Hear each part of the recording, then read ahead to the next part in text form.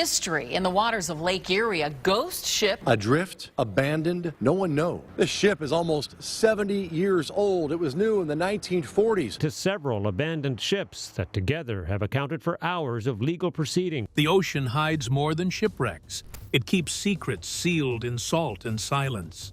Somewhere in the archives of wartime whispers, a single cryptic radio message sparks one of the strangest maritime mysteries ever told. No coordinates, no explanation, just a voice describing a scene no sailor should ever witness. Moments later, silence, and something far worse. Was it an accident, a cover-up, or something no logbook could ever admit? The truth sank with her, but fragments of the tale still float ashore, daring anyone to believe them. USS Inaugural. Beneath the muddy embrace of the Mississippi River lies the skeletal remains of the USS Inaugural, an admirable-class minesweeper with a service record that once stretched across the Pacific. Commissioned during the height of World War II, she prowled the waters off Okinawa, clearing the unseen weapons that could tear through an invasion fleet. Her work was silent but essential, often dangerous, rarely celebrated. When the war ended, her martial days were over. The ship cleared a total of 82 mines and was awarded 2 battle stars for its service during the war. She eventually found her way to St. Louis, Missouri, transformed into a floating museum. For decades, she rested against the city's levee, her decks open to visitors who walked where sailors once navigated minefields. Then came the Great Flood of 1993, a disaster of such magnitude it reshaped riverbanks and swallowed towns. Torrents tore the Inaugural from her moorings and hurled her downstream. Half a mile from her berth, she rolled to her side in shallow water, the museum's quiet dignity replaced by a stark image of loss. For years, she was an unreachable silhouette, half submerged, visited only by catfish and river currents. When drought briefly lowered the river in 2012, her corroded hull emerged again, revealing not a war hero's gleaming profile, but a husk stripped by time and scavengers. What exactly happened inside during those chaotic floodwaters? Did the sudden pull of the river twist her frame beyond hope of recovery? Was there ever a ceaseless attempt to haul her back before the elements claimed her? Today, the USS Inaugural is less a museum and more a question mark, an artifact dissolving grain by grain. Her legacy survives in records and veterans' memories, while her body rests where the river abandoned her, a rust-stained monument to both endurance and impermanence. If you thought this abandoned ship was crazy, the next one will rewrite your expectations. USS Arizona. Hawaii is known to have a lot of wrecked ships, so many that its waters feel like a sprawling graveyard of steel and salt. Some lie hidden beneath decades of silt and coral, their stories muffled. Others, like the USS Arizona, remain defiantly visible, a wound in the harbor that never truly healed. On the morning of December 7, 1941, the Arizona was moored at Pearl Harbor when Japanese aircraft swept in without warning. Within minutes, armor-piercing bombs found her forward magazines. The detonation was cataclysmic, lifting the battleship's hull from the water and tearing her apart. More than 1,100 crew members were lost, entombed in the twisted remains. For many families, there would be no bodies to bury. I don't want the United States to forget about this and that it could happen again. Today, the Arizona rests just below the surface, her shattered frame sealed in silt. The white memorial structure spans her midsection without touching it, allowing visitors to stand above but not disturb the sight. Some say the ship still breathes through the slow seep of oil droplets, known as the black tears, that continue to rise from her tanks more than 8 decades later. Engineers warn that corrosion is steadily eating away at the hull. In 2018, a crack was repaired only for another to form shortly after. How long can she endure the relentless bite of seawater? Should she be preserved at all costs or allowed to return entirely to the sea, as some quietly suggest? The Arizona is not merely a wreck. She's a relic of a single morning that altered the course of a world war. Wyog 42 and WIO 21. On the northern shores of the Hawaiian island of Lanai lies Shipwreck Beach, a 6-mile stretch where the ocean has claimed more than its share of vessels. Some ended up here by misfortune, caught in the island's fierce currents and sudden winds. Others, it's whispered, were sent here on purpose, left to rot rather than pay the steep cost of dismantling them properly. Two of the most enduring wrecks are WYOG 42, a U.S. Navy ferro-cement fuel barge, and WYO 21, once a yard oiler. Unlike the wooden-hulled ships that came before them, these two were built from concrete, a wartime innovation when steel was scarce. This is called Shipwreck Beach, and several ships have sunk here, some intentionally over the years. This peculiar construction has allowed them to resist the relentless surf far longer than their timber counterparts, standing stubbornly against decades of storms. Both were military workhorses in their day, designed for utility rather than beauty. WIOG 42 ferried fuel. WIO 21 kept ships supplied with the lifeblood of any navy, oil. How they ended up here together is less clear. Were they decommissioned and quietly towed to this isolated shoreline as part of the dumping practice common in the 19th and 20th centuries? Or did one final voyage go wrong in these treacherous waters? Now they rest within sight of one another, skeletal silhouettes against the breaking waves. At low tide, their hollow shapes reveal rusted fittings and battered decks, battered but still standing. Tourists come for the photos. Locals pass by with casual familiarity, but few stop to imagine what these hulks might say if they could speak of their last day afloat. Their concrete shells will likely hold for many more years. But the sea takes its time, and even cement is not immortal. Who knows which tide will finally erase them from the horizon? Maria Bianca Gidsman. Off the coast of the Leeward Antilles lies Klein Caraco, a small, uninhabited island that today feels more like a forgotten outpost than a tropical haven. Its silent lighthouse stands as the only sentinel, yet even it is not alone.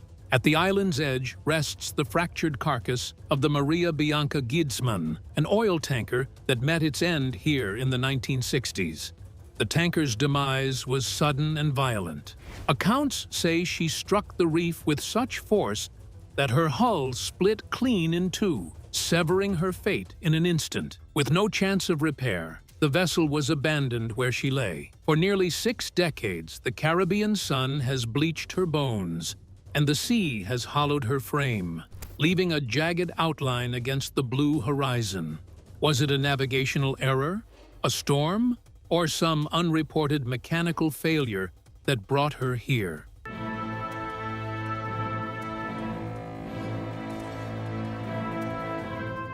The official story is sparse, and the surviving crew never spoke much about the details. What we do know is that the tanker was far from any major port, making rescue and salvage efforts costly, perhaps even pointless. Klein Caraco's history carries a darker undertone.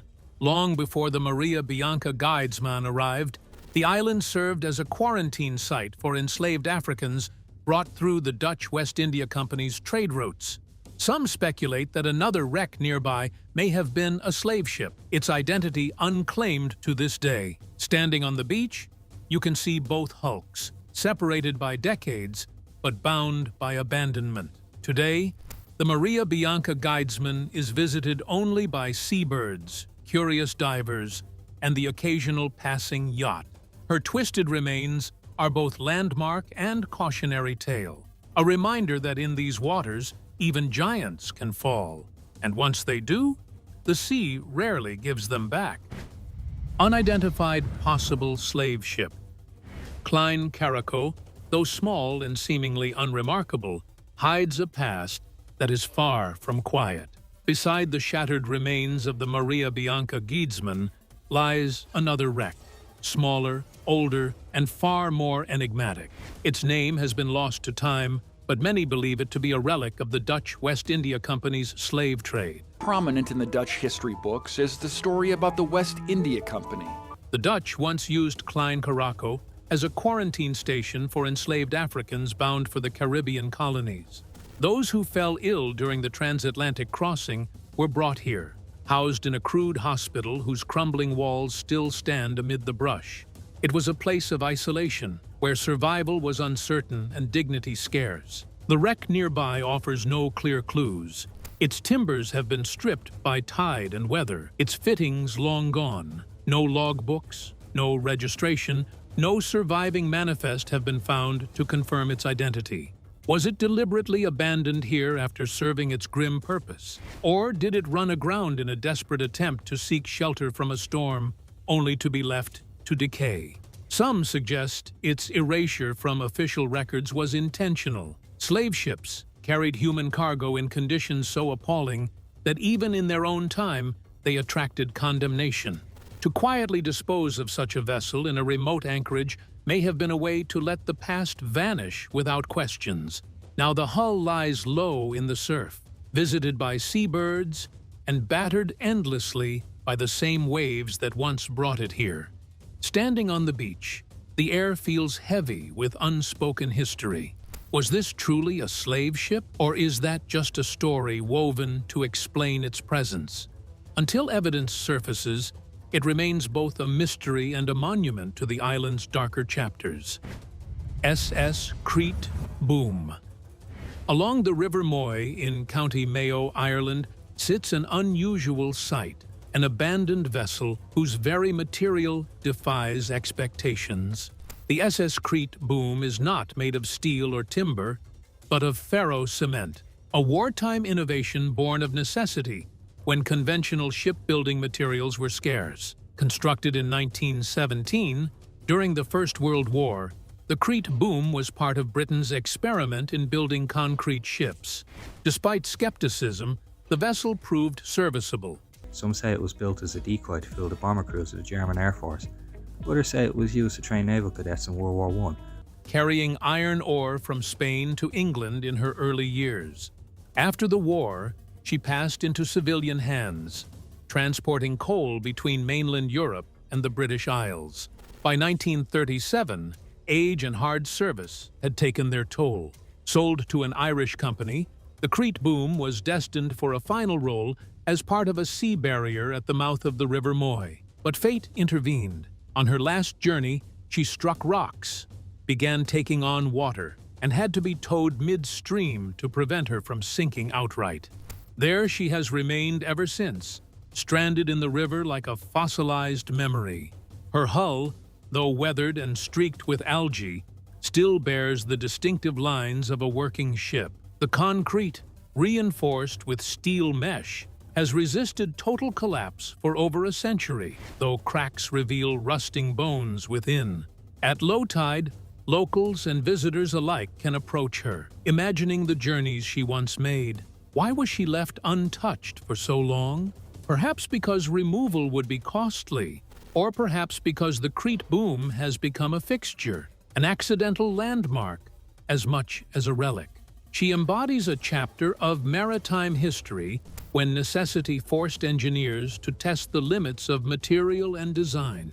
Now she rests quietly, the river's slow current swirling around her steadfast hull. World Discoverer. In the sheltered waters of Roderick Bay, Solomon Islands, rests the rusted skeleton of a ship once built to roam the world. The World Discoverer, launched in Germany in 1974, was designed for expedition cruising, small enough to slip into remote harbors, sturdy enough to weather open seas. For decades, she carried travelers from the Arctic to the Antarctic, through Pacific atolls and European ports. Her fortunes changed in April 2000. While navigating near Sandfly Passage, she struck an uncharted reef. The impact was severe. Hull breached, compartments flooding. Captain Oliver Cruz made a split-second decision that may have saved her from sinking entirely. He steered her toward Roderick Bay and grounded her deliberately on a sandbank. This allowed passengers and crew to disembark safely, with local villagers assisting in the evacuation. The reef had done more than cosmetic damage. Fortunately, all the passengers aboard were successfully transported to safety. Repairs in such a remote region were logistically daunting and prohibitively expensive. Salvage efforts never came. Instead, the ship remained where she was, becoming both a landmark and a curiosity. 2 decades later, the once pristine white hull is a patchwork of rust and marine growth. Windows gape empty, decks sag, and the ship leans slightly toward the shore. Inside, corrosion and salt have erased the luxuries that once welcomed adventurous passengers. Some say the world discoverer was left as a deliberate tourist draw for the bay. Others believe she was simply forgotten in the long shadow of maritime insurance disputes. What is certain is that she now belongs as much to the local community as she once did to her owners, serving as a dive site and a reminder of how quickly fortune can shift at sea. The world discoverer never made her final voyage home. Her world ended here, in a bay named for a different kind of discovery. Eyes on the screen, the next abandoned ship is beyond comparison. Concrete ship, Astrachon. Near the mouth of the Volga River, not far from the Caspian Sea, lies a vessel unlike most others. A hulking hybrid of concrete and steel, stranded in the shallows near Astrachon, Russia. Its name, if it ever bore one, has been lost to history. What remains is a weather-worn carcass, part industrial relic, part nautical mystery. The ship's construction suggests the mid-20th century, when ferro cement was sometimes chosen over steel for reasons of cost, wartime shortages, or experimental engineering. Unlike fully concrete ships, this one blends poured concrete hull sections with steel reinforcement and plating, giving it both heft and flexibility. Inside, the layout hints at a tanker's design, broad compartments and piping that may once have carried fuel or chemicals. And they could be made cheaply and much more functionally out of concrete. And concrete, of course, does float. Why it was abandoned here is unclear. Was it decommissioned and deliberately run aground? Did it suffer a mechanical failure too expensive to repair in such a remote region? Or did some unrecorded accident in the Volga's shifting channels leave it stranded? The vessel is unguarded, making it an open invitation for the curious. Visitors climb over its cracked decks, where the concrete has flaked away to reveal the corroded mesh beneath. Pools of river water collect inside, breeding reeds and algae where cargo once sat. The steel sections are mottled with rust, their edges sharp against the wind. From the shore, its silhouette is oddly imposing, too large to ignore, too deteriorated to save. It is a sore sight for some, but to others, it is an homage that they reckon owe themselves to the past chapter of Soviet maritime history. Will it eventually collapse under its own weight, or will the Caspian's tides carry it away in pieces? For now, it waits in quiet decay, an unnamed ship whose purpose and story remain half-buried beneath layers of concrete, steel, and speculation. Questor 1. In the murky shallows of Coney Island Creek, New York City, lies a strange relic, its metal skin streaked with rust, its once bright paint long faded. This is Questor 1, a homemade submarine built not by a corporation or navy, but by one determined man. In 1967, Brooklyn resident Jerry Bianca began constructing the vessel from salvaged steel, working alone in a shipyard. His goal was audacious: to dive to the wreck of the Italian liner SS Andrea Doria, which had sunk off Nantucket in 1956, and recover valuables still rumored to rest inside. Measuring 45 feet, painted a vibrant yellow, and equipped with a crane for lifting treasures, the Questor 1 was both a personal project and a daring gamble. On the day of its launch, that gamble failed spectacularly. As the crane lowered the submarine into the water, the rigging slipped. Questor 1 tipped sideways and lodged into a mudbank, stuck fast before it ever made a single dive. Bianca made repeated attempts to refloat her, using everything from filling the ballast tanks to shifting weight. Yet the creek held her stubbornly fast in its grip. In the end, he had to give up his dream. The yellow submarine listed severely in the water and couldn't be launched. There the submarine remained, sparsely submerged and visible at low tide for years, attracting urban explorers and curious onlookers. In 1981, storms and tides dislodged her, and she drifted to her current resting place farther along the creek. Why not take her away? Maybe the cost outweighs the curiosity, or perhaps the ever-changing city has allowed the locals to develop an affection for the obstinate little thing. She exists as both a cautionary tale of ambition cut short and a marvelous landmark, an artifact that testifies to the fact that the waters of New York still have stories to tell beyond the skyline.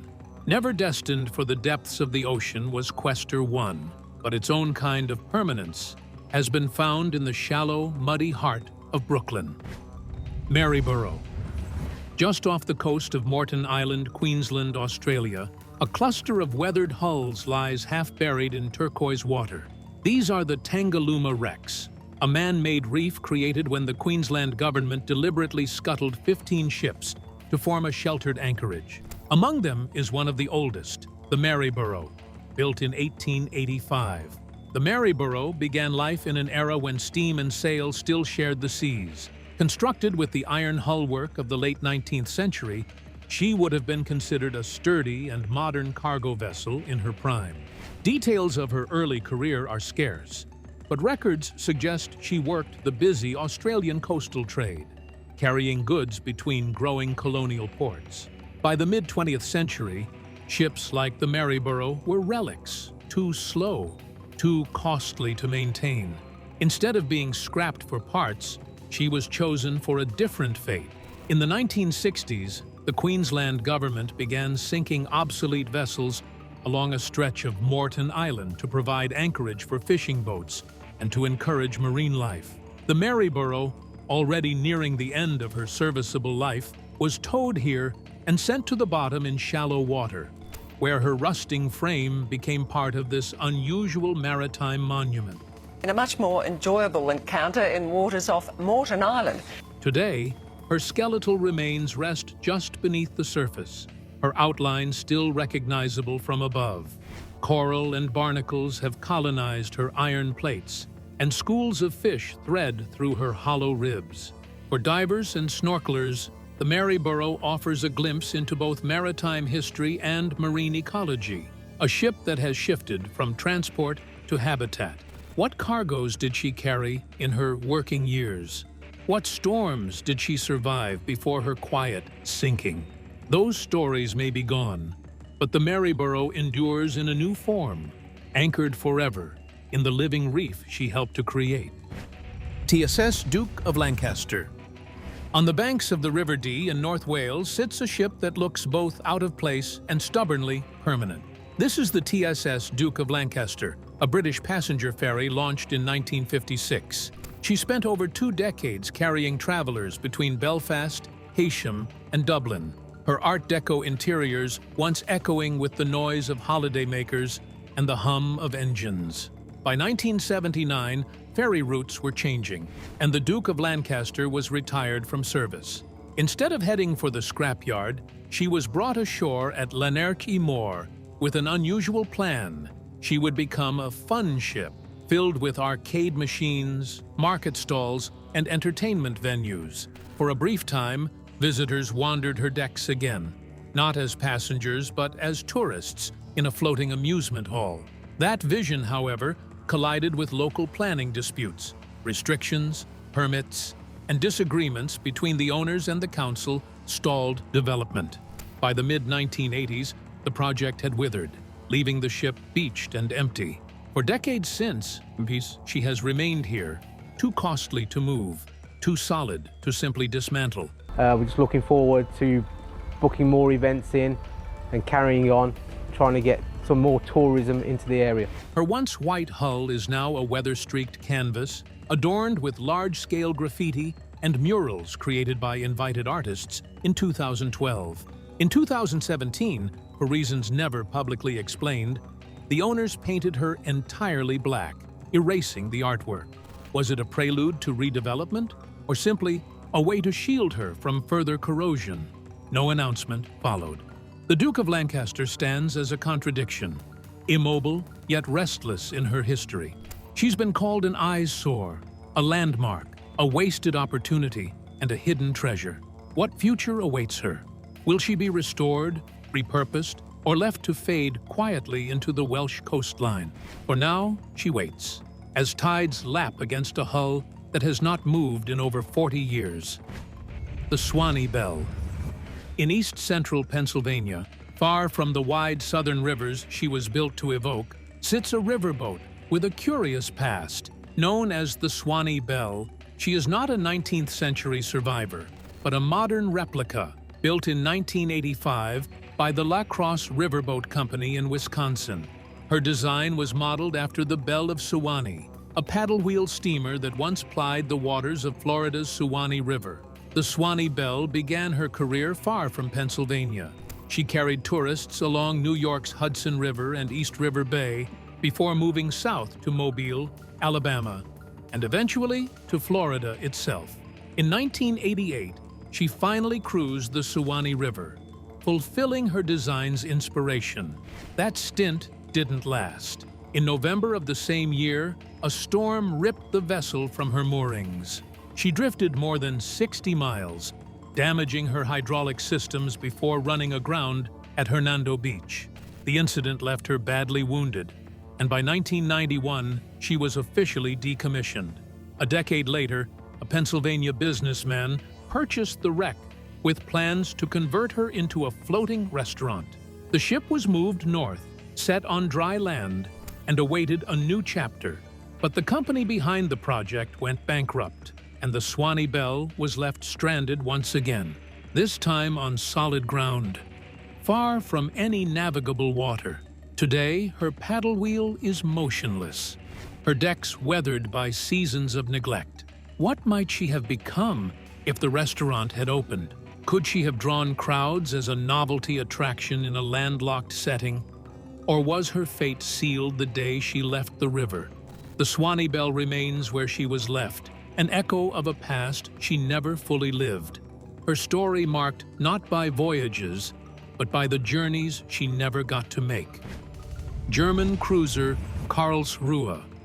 Beneath 490 meters of cold North Sea water, just 13 nautical miles from Kristiansand, Norway, lies the German light cruiser Karlsruhe, a warship whose final hours were written in fire and steel during the invasion of Norway in April 1940. Built in the late 1920s, the Karlsruhe was one of Germany's largest vessels at a time when the Treaty of Versailles had clipped the Reichsmarine's ambitions.